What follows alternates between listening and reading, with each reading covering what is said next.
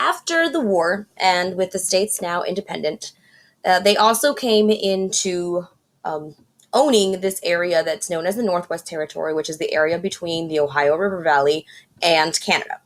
Right, so this whole new territory now is under the charge of the United States, and they also have a whole lot of debt that they need to pay off because of the Revolutionary War. Um, they had debts that they had to pay to other countries.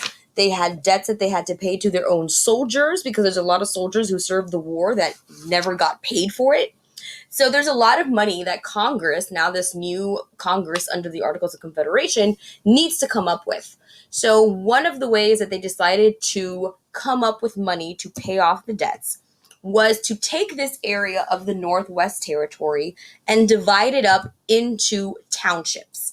And then these townships were further divided into plots of land that they can then sell off to the public. And that money would then be able to be used to pay off the debts. So that's known as the Land Ordinance of 1785. These plots of land were 36 miles divided into 36 lots of 640 acres each.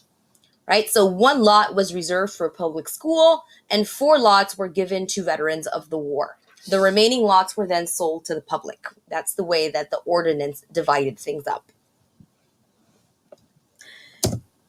So now that we have these plots of land and they're being sold to the public, we also need to organize the way of how these plots of land are going to be then adopted or administered into the United States. And so this is the purpose of the Northwest Ordinance of 1787.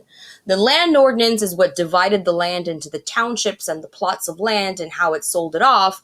Now the Northwest Ordinance of 1787 is going to set the rules of how these plots of land are now going to be incorporated into the United States. Because these plots of land, right, were known as territories. But eventually these territories, once they reached a population, could apply to become a state and become part of the United States. So that's what this Northwest Ordinance did. So the basic rules for becoming a state was the fact that the population of the territory had to reach 60,000. They need to draft their own state constitution. It required them to include public education offered to those within the territory.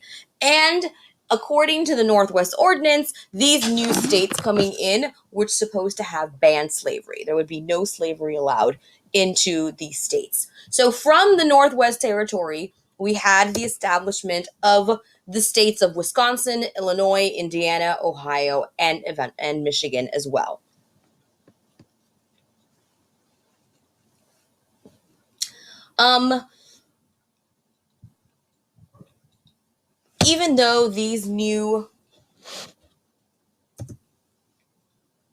Even though these new ordinances then would require that these new states would ban slavery, that of course is still going to be a very controversial issue and topic. So this is not the last time that we're going to discuss the issue of slavery and the role it plays in the creation of new states.